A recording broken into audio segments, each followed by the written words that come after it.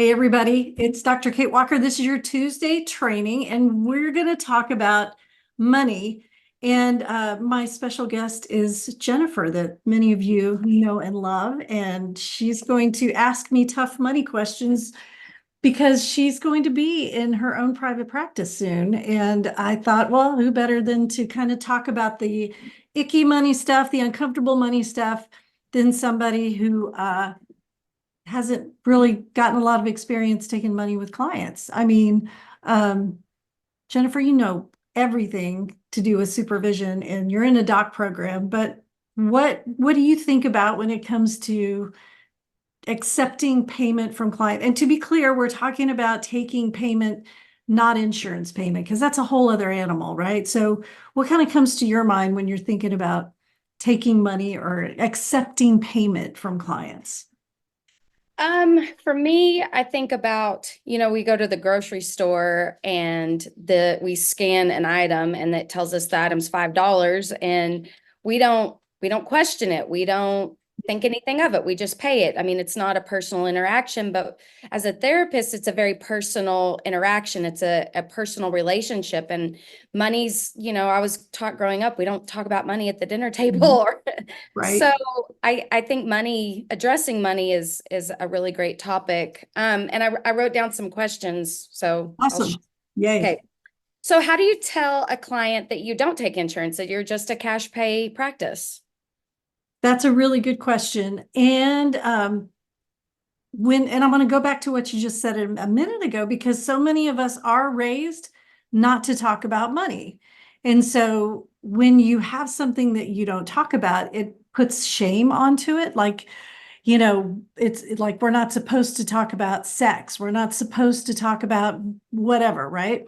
So if we put it in that sort of category or box of stuff of not supposed to's, we've got to untrain and retrain our brain when it comes to talking about it with clients. So the way I teach it is you broach in your 10-minute consultation. Now, if you don't know what a 10-minute consultation is, I've got another episode on that, but briefly, it's the appointment that you set before the appointment. It's the screening call. It's the call that you talk to the client and you let them know sort of what therapy is all about and what the first few sessions will look like. And it's not like you're leading with, my rate is $500. Can you pay that? Right? We're not doing that. We're simply saying, here's what I do. Here's what you'll get. Here's what you can expect. And by the way, do you have any questions for me? And so prompting a client to ask a question is good, because you know the answer, first of all, because usually they're going to ask about cost and schedule. And we know when anxiety goes up, cognition goes down. So your client's on the other end very anxious, like they don't know what to ask. They know money's probably important, but we're kind of trained in the medical model. If as a client, I'm thinking about, the person on the other end of the phone, they may have never paid for something like counseling with a check or a credit card. They're used to using their insurance. So when you prompt them and say, do you have any other questions for me? And they say, oh yeah, well, how much does it cost? Well, you can give your rate, and right. It's just like an improv. Do something, say something, and right. So you give the rate.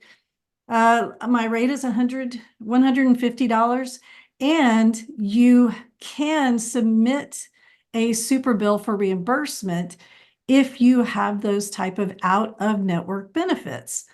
So see, I didn't just say my rate. I said my rate, and then I told them immediately how to recoup that money without letting them know, like, I'm going to do that for them. Like they might ask, oh, do you do that for me? And then I don't in my practice. I would say no, but we can give you a super bill with the proper codes and my tax ID. So you have that, and you can submit that to your insurance. And if you have those kind of benefits, and I'm always really careful about that, to say if you have those benefits, then you may be reimbursed. So, I mean, that's how I teach people to broach the topic, right? And introduce them to this new concept of, yeah, we're not taking insurance. It's cash payment. And by the way, when I say cash, I don't mean like cash. I mean credit card, Venmo, IV Pay, whatever it is that you're going to use. Just cash in general. Yeah. Yeah. Okay. So how do you broach the subject of somebody's card getting declined? Yeah, that's actually a topic I noticed today in one of the groups. It was either Texas Counselors Creating Badass Businesses or the Texas Supervisor Coalition. And, you know, this is really tricky because if you look at HIPAA and you look at LPC and LMFT, getting your credit card declined or your payment declined is not a qualifying condition for breaking confidentiality, right? It's sort of like if you get a bad review and how do you respond to a bad client review on Google, right? There are certain conditions under which we can break confidentiality, like abuse, child abuse or elder abuse, or if you have to defend yourself in court. So my whole comment there is consult an attorney, right? Number one, consult an attorney, but be prepared to eat that cost. I mean, again, no, I'm not an attorney, but most of the time when you have to dispute a payment, you have to submit proof. And if you can submit proof with the client's name redacted, yes, I know the credit card company knows who it is, and you know who it is, and everybody knows what we're talking about. But when you submit that proof, that's releasing protected health information. So nobody ever, anywhere, ever said you have to work without getting paid. And so terminating a client who isn't paying is absolutely appropriate. And there are ethical ways to do that. You can refer to the ACA Code of Ethics. You can refer to the licensure code where it talks about termination and how to avoid client abandonment. But you're never supposed to work and not get paid for what your services are. But yeah, it can be tricky. That's always a tough one. Mhm. So, well, and I guess you kind of touched on my next question. Would you continue seeing a client if their card was declined? You know, this is probably one of those other things like talking about money at the dinner table thing. The program or the software that I use allows me to send out an automated email. It's a HIPAA compliant software, but I can send out an email that says, "Hey, your card was declined, and here's how we can square that up." So I always start with the gentle tap on the shoulder. And, you know, because it happens all the time, people's credit cards get declined or somebody gets compromised. I'm using something called IV Pay now. IV like the plant, not like the intravenous fluid. So when you'll know immediately if the payment's not going through. So I think as counselors, I've kind of talked a little bit about broaching the topic. When you're having to work it into a client session, I always teach to do it at the beginning of the session, right? When the beginning of the session, let's say you're face to face, everybody's just kind of walked down the hallway, you're getting settled on the couch, you're putting your purse down, you're putting your whatever down, and you can say, "Hey, before we get started, there's just a little bit of housekeeping. I noticed that your credit card didn't go through. Is there another card you'd like to leave on file with me?" Same thing with virtual. At the beginning of the session is what I teach. And you guys know as well as I do, if you've been doing this for a while, the reason why is because the end of the session is usually when they've dropped a bomb or they're in the middle of working through something very, very heavy. You're trying to close, maybe they're not ready to close. And for you to be like, "Oh yeah, by the way, your credit card was declined." Let's just throw one more thing into the last 5 minutes that it's going to be tricky to try to, talk about. Hang on, I'm going to let somebody in. So yeah, if a credit card gets declined or a client is showing that, it's sort of an issue over time, um, that also comes down to your boundaries, right? And I talk about this with folks who are taking the supervisor training. How long would you let somebody go in supervision without paying you for supervision, right? I mean, if you're having trouble collecting payment, it might not be, something with the client, it might be something with you, right?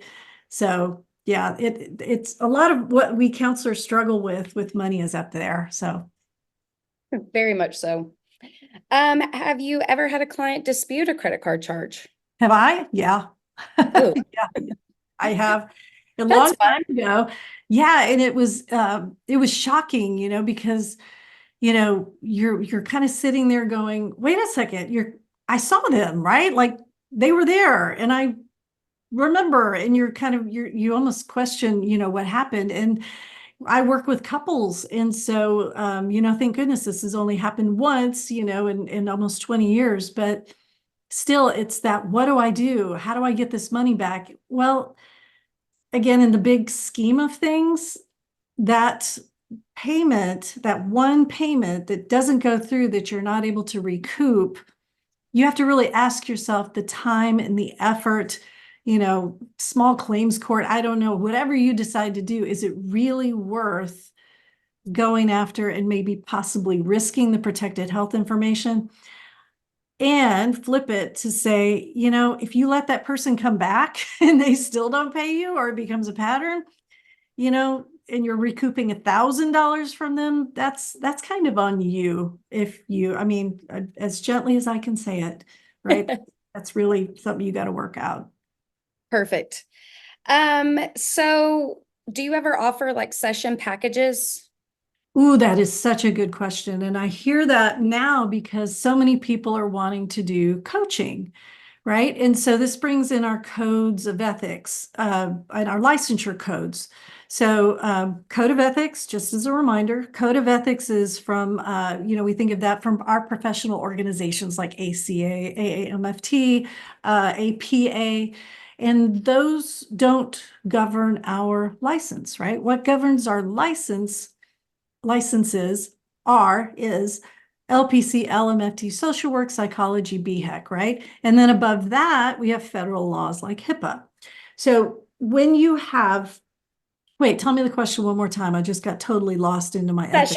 Session packages. Okay. Oh yeah. I was like, wait a second. That was so much. Okay. Yes. So LPC, LMFT codes say you can only accept payment for services rendered, right? And that's, we don't want to bill falsely, right? You would never submit an invoice for something, a payment or a service that never happened. So when we have packages, right? Let's say that you're going to put a package together for 3 sessions, you know, I'm not saying that's good or bad or wrong. It's just you've got to remember those services haven't happened yet. So you might want to be sure that you have a refund policy. So if that person only comes to the first of 3 in the package, how long are you going to hang on to that money before you refund the money, right? So you give them a call, you say, hey, you still have 2 sessions left. And they're like, hey, I'm feeling pretty good. I don't really think, or we found somebody else who's a better fit, or the issue has resolved itself, whatever. Then really looking at having something in your paperwork that describes your refund policy. And what that means is you'll need to have a cash, kind of an account set aside, right? You won't want to spend that money right away because you're going to have to be ready to give that back if the services are never rendered. That makes sense. And then my last question I had is, how do you address when clients, like you tell them your fee's $250 an hour and they, their life's falling apart and they're crying on the phone and they say, I can't afford that. Yeah. Well, so this is a couple of answers here, right? So first and foremost, counselor, I'm looking at you. You don't have to save the world, okay? It is not all on your shoulders. And there are ways that you can help this person out who can't afford your fees. So I'm going to tell you a couple of ways. So first and foremost, let's say it's you who wants to deliver those services. I have heard of business plans where you can set aside certain days of the week, certain times, certain slots in your schedule that are a sliding fee scale. So My only advice here is you must have something black and white to be able to determine who gets it and who doesn't, right? It can't just be like, oh, you look like you need a sliding fee scale. No, no, no, you drove a really nice car, so I'm not going to give you a sliding fee scale. So what I recommend are the federal poverty standards. If you're able to get some sort of documentation from this person, pay stub or some sort of letter from the unemployment office or something that satisfies you as to the amount of money they have and their household number, right? Like the number of people in their household who are dependent on them. Then you can go to the federal poverty standards and say, oh, okay, for a family of 5 making $36,000 a year, they fall under the poverty standards. Then you, practice owner, can come up with a rate, right? So if they make this much money, you might charge them $20 for the session, or this much money, $80 for the session, or something along those lines. But whatever you choose, be consistent. Keep the same criteria in the same way for every single person who walks in your office. And you don't have to dedicate half your schedule. You can dedicate 2 hours in your schedule, right? Giving pro bono work is in our code of ethics, right? We want to be sure that we're giving back to the community. A second way is become a supervisor. Become a supervisor and have somebody, amazing like Jennifer here, once she gets her LPC associate license, who's able to see clients at perhaps a lower rate, and you can pass those clients.